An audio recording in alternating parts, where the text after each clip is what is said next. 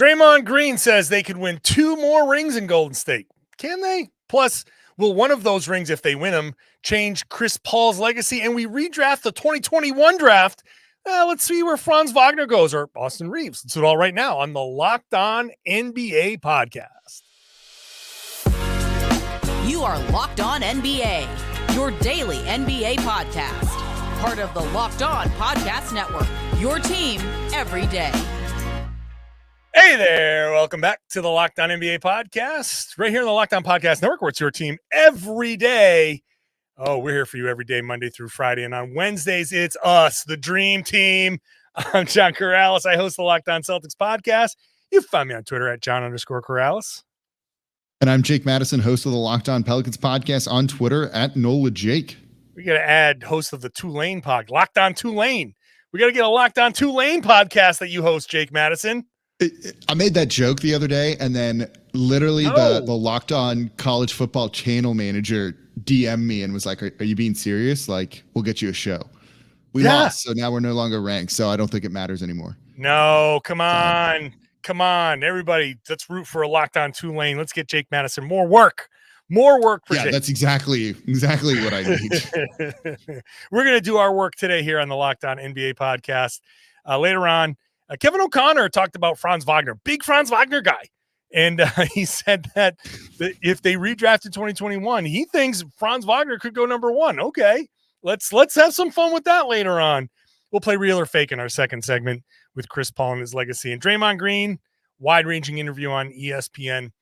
He talks about 2 more rings for the Golden State Warriors. Today's show brought to you by Jase Medical.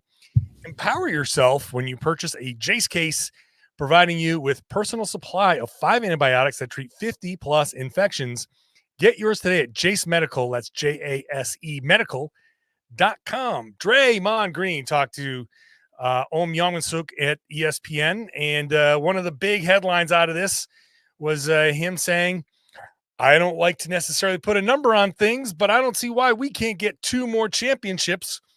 Why not? Jake, why not? You know, I don't think you should put a number on it. This is the type of thing that ends in us making jokes about you. 2. Yeah, exactly. Thinking that immediately when I heard that, but at the same point, at least he was realistic and said like 2 instead of like 4 more, I guess.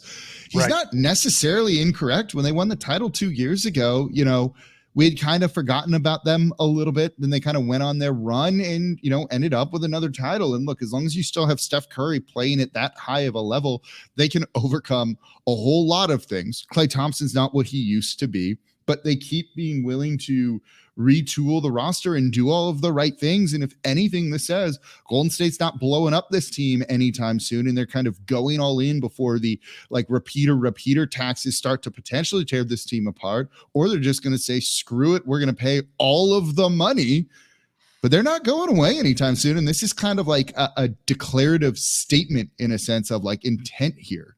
Yeah, look, the Warriors have a thing where last season, it was really put to the test, turning it on versus not being able to turn it on. Their home road differential was just outrageous last season. And it did end up costing them. You can't be that good at home and that bad on the road and have it all work out for you in the postseason. But look, they still were able to put it together enough where you think, hey, maybe a couple of things go differently. Maybe they could have made a little bit more noise. They're still right there in the mix. So there's the initial, the dubs are the dubs. And as long as Klay and Steph and Dre are together, those 3 guys know how to play. And they will always kind of figure out Draymond Green is going to be an elite defender no matter what, because he's super smart and he knows how to quarterback a defense. Their offense is going to be amazing because they know how to work together. They, along with Steve Kerr, know how to run an offense no matter what. They can figure out how to score and all of that stuff. But the issue is age and what you said, the money, the new collective bargaining agreement is specifically anti-Warriors. It's specifically designed to break them up. So that if I answer my own question, why not? Or Dre's question, why not? That's why not, because yeah, you're right, Jake. They know how to put a team around those guys. But even if they say, hey, the Chase Center is an ATM and we're going to keep going to that ATM as much as we can, you're still incredibly limited now with this new CBA as to what moves you can make.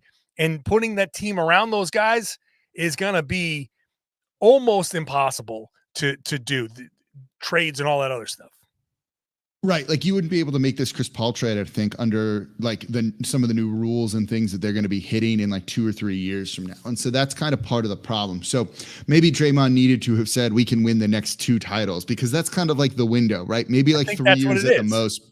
Yeah, like it's kind of, I think that's kind of, if you're reading between the lines, like what he's saying on this sort of thing, or if we want to kind of parse it out to say, is this realistic? It's realistic if they win the next 2. They can't win 2 more titles over the next 6 years because this team, because Draymond's not going to be there at that point, right? Like none of those guys really are probably going to be there, other than maybe Steph as like kind of a figurehead and symbolically, because they're just not going to be able to do that if they want, you know, or they'll just all be bad and they're not going to be winning titles. So that's kind of what it is. How much do you think Adam Silver hated hearing this?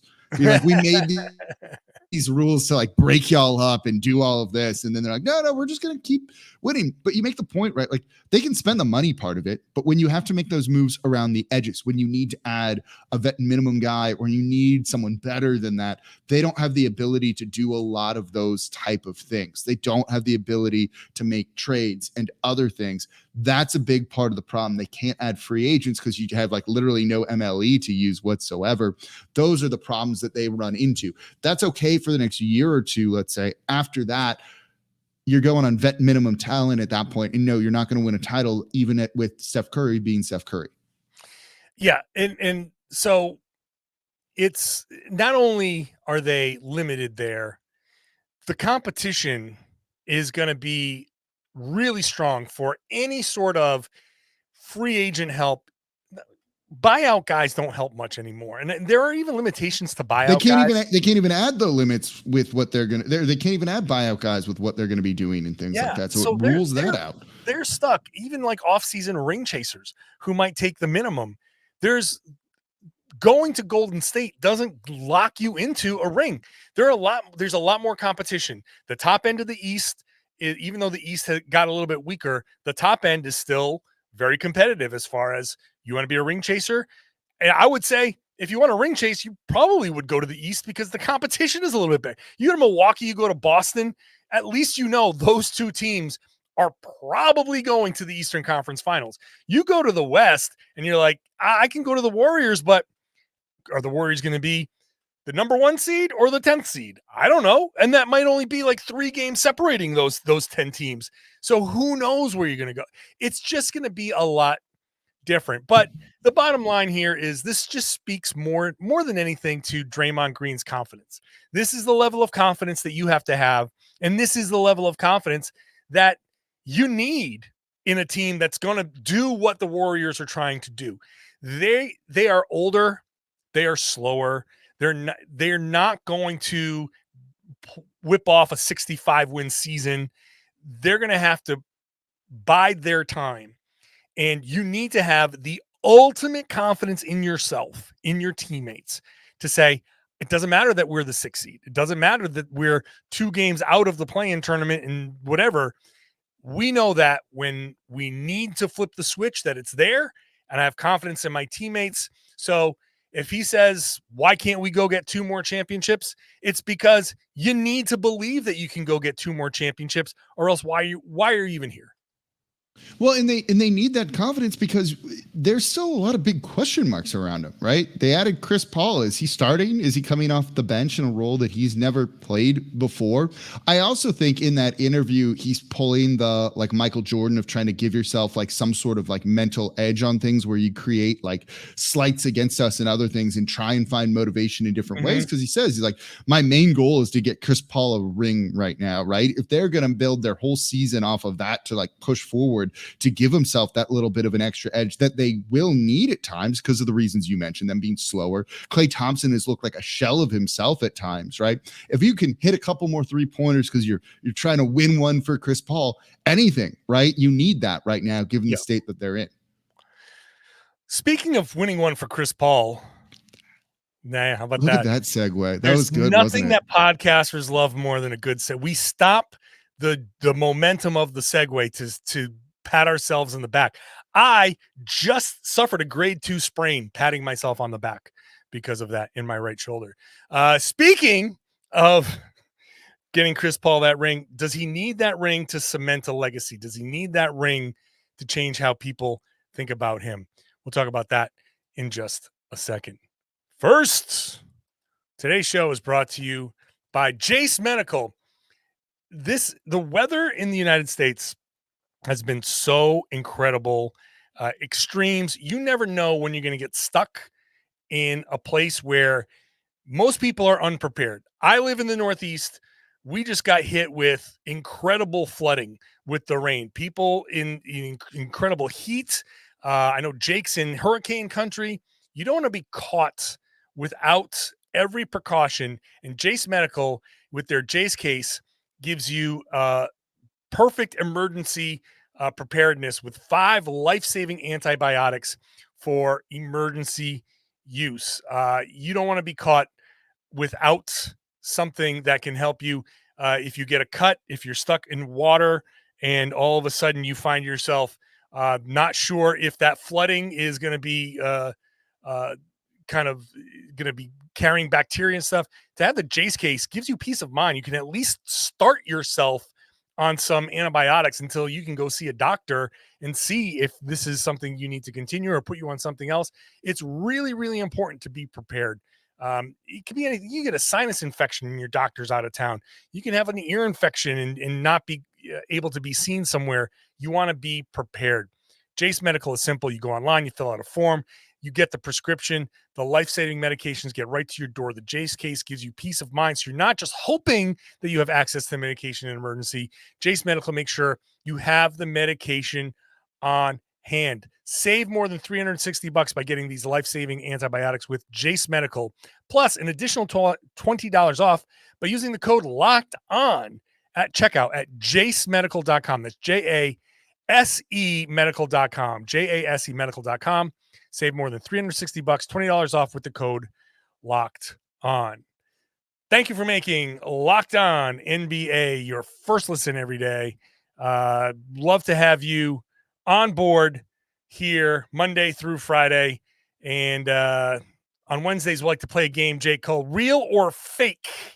So let's play Real or Fake with Chris Paul. In this interview with Draymond Green, he talks about, on a scale of 1 to 10, how much did you hate Chris Paul? An 11, he says, which he says was out of respect, which weirdly I understand. Now, I mean, I hate you so much, but it's just because I respect you and you're so good at your job, right? That's right.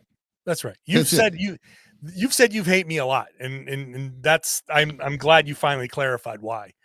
Yeah, exactly. That's what it is. That's what it. Wait, were you not being genuine? I'm being deathly serious in everything I'm saying right now. So we are actually friends outside of here. We text, we hang out, we share life updates. I should mention we're actually friends. We are indeed friends for now. So Chris Paul, he says, Draymond Green, my goal is that we can help Chris Paul get his first championship. So real or fake, Jake? Let's play the legacy game. Chris Paul needs this first championship. He needs this championship to cement a legacy amongst the all-time top of the Heat point guards. I'm going to say it's actually real.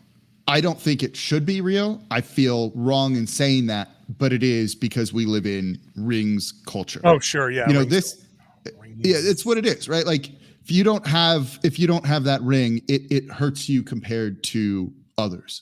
Think about how like Stockton isn't really talked about nearly as much as maybe he should be because he's lacking that kind of ring, the title resume, even with finals appearances, right? You still got to get over the hump and get that ring. Even if Chris Paul gets this and he's coming off the bench, right? And it's not like he led the team to a title where he was the man, right? Like, the alpha player A or whatever it is. That ring is on there, and he can say he's an NBA champion, and that goes a long way. This goes to something you and I have talked about with Nikola Jokic and the MVP award, that people just felt weird giving him, a third MVP award because he hadn't won a title yet. And now that he's won one, he's free to win as many MVPs as they want to give him for the future. And this is wrong. It shouldn't be how it is. But it is the reality of kind of like the world and the culture around the NBA right now. So yeah, I think for Chris Paul's legacy, he actually does need to win a ring, even if actually his accomplishments out there on the court should do that. But it's not me kind of determining things. It's people at large, and they want to see him have a ring. I think we've gotten to a point with Chris Paul that I've kind of accepted that he's not going to win the ring. I don't think, we just talked about the Warriors winning 2 more championships. I don't think they're going to win any more championships with this group. They're just, it's too prohibitive. The CBA is built to tear them apart, and it will. And they are too, as much as their core is great, it's not enough anymore. They need other guys. And yeah, Kevon Looney can be like one of those fill in the blank guys, but they can't have misses on their roster anymore. And I just think they have too many misses, and the West is too strong, and it's just not gonna. I just don't think it's gonna work. And Chris Paul now has played 18 seasons. He breaks down. He can't get through a full season anymore, and he's now entering the territory of like stubbornness, where he has to start. The notion that he might not start is offensive to him. And that's not a place for Chris Paul to be at this point. He needs to be open to whatever role is necessary to help a team win. And maybe that's how he actually is. I don't know. I don't see it. I don't see it working out quite the way he wants it to. And that's okay. If anything, now I'm talking myself into this being real as I talk. Yeah, I know. I could see it right there. Well, okay. So here's the part of me that says that it could be real. It's that it's Chris Paul's attitude that is the issue. Chris Paul, the basketball player is all-timer. And like Charles Barkley and John Stockton, you don't need a ring to prove how, like there's just circumstances that keep you from winning a ring in the NBA. Not every all-time great has one. But if the Warriors are kind of good enough, and Chris Paul, with his attitude of I need to start, and that causing some sort of dissension, and that causing some sort of issue, and that maybe reducing their abilities to win and proceed as they're supposed to proceed. If Chris Paul's attitude is part of the problem, then that would be a strike against him. You know what I mean? Like if he can't accept this role at this point of his career, and he causes problems for the Warriors, then that is a strike against him, because it hurts his legacy then potentially. This would hurt. Yeah. It's just kind of, I guess, if he just plays basketball and plays whatever role they need and they don't win, that doesn't hurt his legacy to me. But if he comes in and has an attitude and doesn't accept the role, needs to have a certain thing and needs to be under control or needs to be in control, and that hurts their chances at winning, then that does hurt his legacy, because it's actively his fault. You know what I'm saying? I'm kind of playing both sides. Yeah. I get it. I don't think this will hurt his legacy in any way. And again, he doesn't need a ring, right? This is a 12-time All-Star, an 11-time All-NBA guy, a 9-time All-Defensive team. He made the NBA's 75th anniversary team. You could argue he should have won the MVP the year that Kobe won it, and Kobe kind of got his as a Lifetime Achievement Award. You could absolutely make that claim, though don't come at me for saying so, because I'm not necessarily saying that, people. That's like at you look at Nola Jake on Twitter. Yeah, right. Which I'm about to go delete now. Part of it is I got to see him in New Orleans so much too. So, you look at the things he did, the streak with the steals that he had in consecutive games and things like this dude is an all-timer on both sides of the ball. There's a reason he's referred to as the point god, right? And it's funny to go back and look at where it was was Darren Williams or Chris Paul the best point guard in the league? And oh my God. Do a lot of people even listening to the show know who Darren Williams is? Man, I miss that debate. I really miss that debate. That one looks so dumb in hindsight. There were 2 years that Williams was good. Don't get me wrong. He was really good in Utah. For 2 years. There was a stretch there where Darren Williams was in Utah and he was damn good. But now in retrospect, then that you're trade, Brooklyn, basically forcing Jerry Sloan to retire in the middle of the season, and there's bad. That's a retrospective that needs to happen at some point with everything. But yeah, he look again. If it wasn't for you need to have a ring and that's important, that's how we define some of this. No, Chris Paul doesn't need anything. I don't think there's anything he could do to actively hurt his legacy other than, even if he somehow dismantled the Warriors team. For a lot of people, they would love it if he kind of blew up this Warriors team with a bad attitude. They'd probably elevate him even more so because of it. Oh, man. Talking about endearing yourself to Lakers fans. That would be one way to do it. All right. Let us know what you think about the failed trade and everything was wild, too. I forgot about that in this mix. Yeah, the trades. The Chris Paul trade. He showed back up. Go back to think about Damian Lillard with this. They rescinded the trade, or they just nixed the trade when Stern owned the then Hornets. That was during training camp, and Chris Paul showed up to work to practice the next day. What a stand-up move, right? You request a trade, they trade you, and then it's oh wait, no, we're not doing that. That's a dumb trade. You need to come back for this team that you wanted out of, and he did it. Yeah. I mean, look, it's Chris Paul is he's a complicated guy. He's a complicated play. He's so great as a player. He can also be such an absolute ass on the court. But is that passion, or is he just it's so wild that you can go any different direction with Chris Paul, but his legacy as an amazing player, he's one of the best point guards of all time. Very few have ever done it as well as he has. So, we're still trying to figure out who some of these guys in the 2021 draft are. How good are they going to be? But I will say some pretty strong statements after the World Cup about how that draft would go today. We'll talk about that in just a second.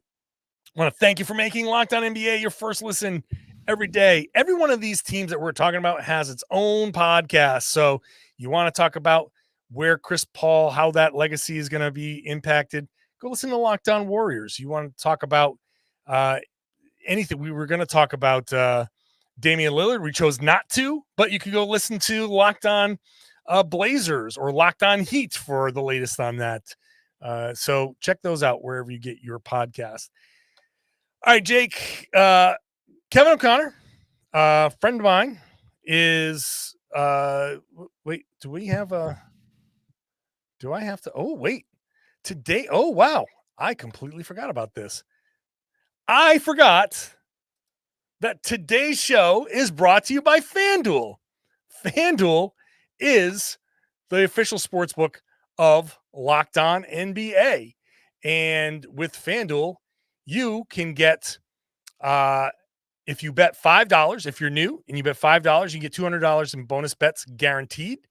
If you go to FanDuel and you bet $5, no matter what, if you've been there before or not, you get $100 off NFL Sunday Ticket from YouTube and YouTube TV. Football is back. This is the time to get your incredible offers from FanDuel. It's America's #1 sportsbook for a reason. Now is the best time to join FanDuel. The app is super easy to use, and you can bet on everything from spreads to player props and more. So visit FanDuel.com/lockedon and kick off the NFL season with an offer you don't want to miss. FanDuel is an official partner of the NFL. And we just ask you, if you're going to do it, please gamble responsibly. All right. Now, Jake, can we talk about Kevin O'Connor talking about Franz Wagner? And he said in a piece on The Ringer, in a 2021 redraft, Franz Wagner could easily go first. in 2021, ahead of even Cade Cunningham, Evan Mobley, and Scotty Barnes. Franz Wagner said of Kevin O'Connor's like, wow, he loves me more than my mom does. So I hadn't heard that, but that's pretty great. So his mom is correct then. Yeah. So let's take a look. Let's take a quick peruse through the 2021 draft. That went Cade Cunningham to Detroit, Jalen Green to Houston, Evan Mobley to Cleveland, Scotty Barnes to Toronto, Jalen Suggs to Orlando, Josh Giddey to OKC, Jonathan Kuminga to Golden State, and then Franz Wagner to Orlando at 8th.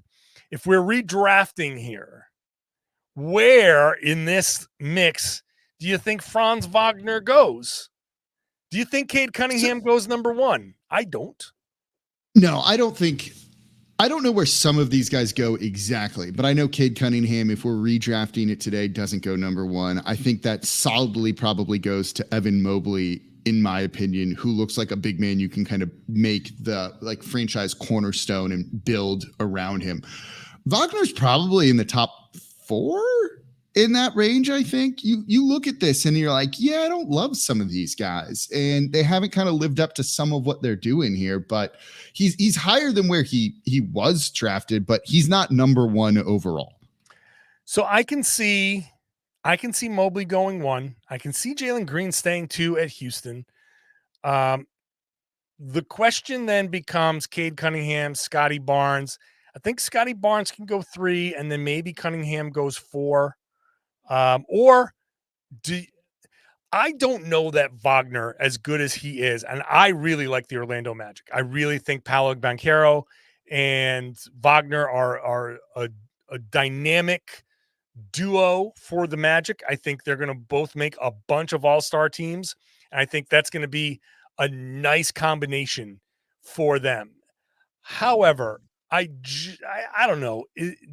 What's his ceiling versus, I still think Cade Cunningham is still trying to find his game a little bit, and we can't rush any of these guys.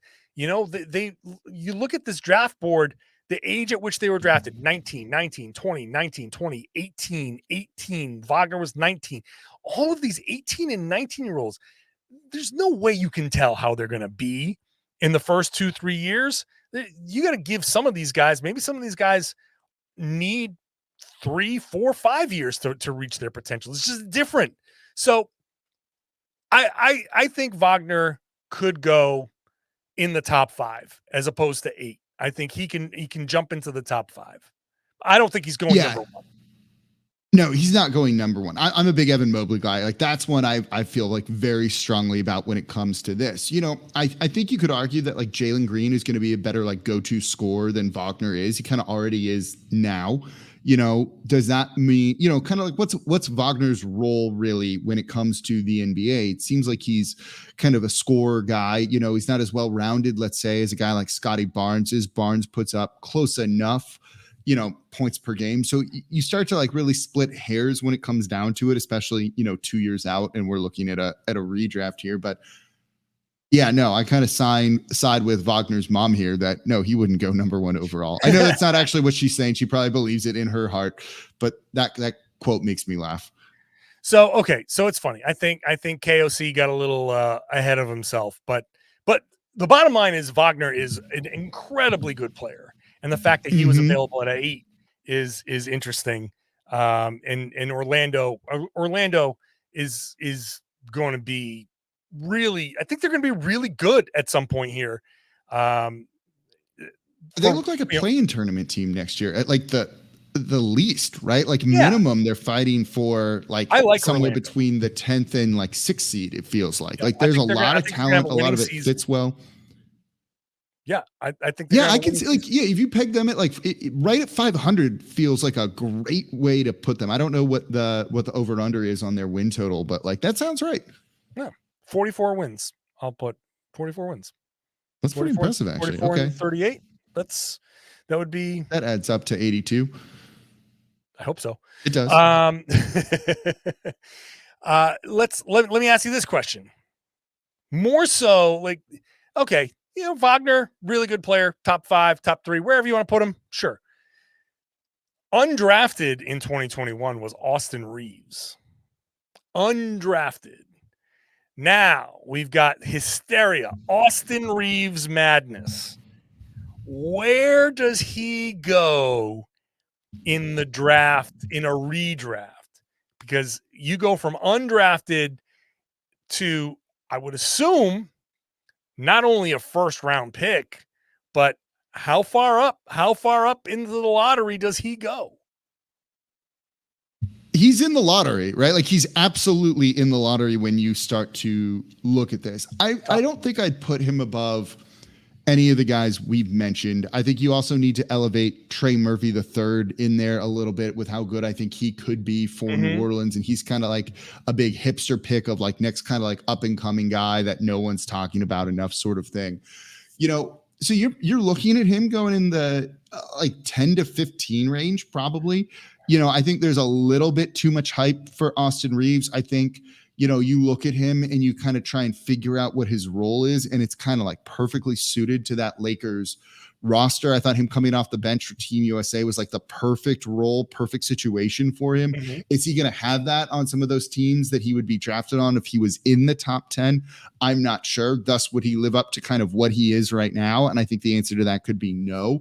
So I think he's the type of guy that you look at and you've got to find get him in the exact kind of right role for him. But look, he's good. Like, I do wonder how high his ceiling is. That limits on where you draft a guy, but 10 to 15 sounds right, I think now. I think so. I'm just going through and you're like, okay, who would I pick out of this draft? Who would I remove? So, Kuminga, 7th. Yeah. Okay, he comes out. Zaire Williams, where does he? Josh He hasn't Primo, done well for Memphis. Like, So you start. So you take Kuminga out. You move up Wagner. You move up. I like Davion Mitchell. But jury's still kind of out. Book night. I mean, we're doing like, so you're elevating Trey Murphy. You're Primo's elevating out. That one's easy. Guys. You can elevate. What am I saying? Alperen Şengün. I think you can elevate him. He went 16th. He can go up. Yeah. But I think Austin Reaves, like just outside of the top 10 in the first round would now, knowing what you know in a redraft, I think he would go. I think that's about right. Somewhere in that range is about where he belongs. Because you can't go down too much further before you start going like, yeah, of course. You get down to like Bones Highland, like, of course, he's going to be. No one wanted him. Like, yes. Yeah.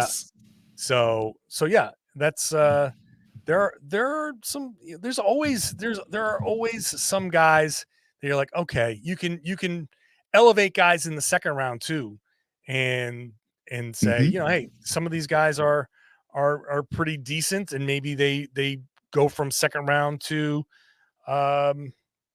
first round, or like Jose Alvarado was undrafted. So he probably gets, elevated. He definitely gets into the first round. So, but I like that just outside the top 10 for. Yeah, that seems right. That seems fair.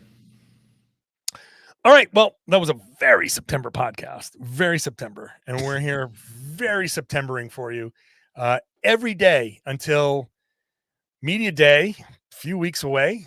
And those few weeks, they come quickly. So we'll be here for you every day. Tomorrow it is Pat, the designer, and Nick Angstead doing the regular Thursday duties here. So make sure you're subscribed. As usual on Wednesdays, it's me, John Karalis. I am John_Karalis on Twitter. And I host the Locked On Celtics podcast.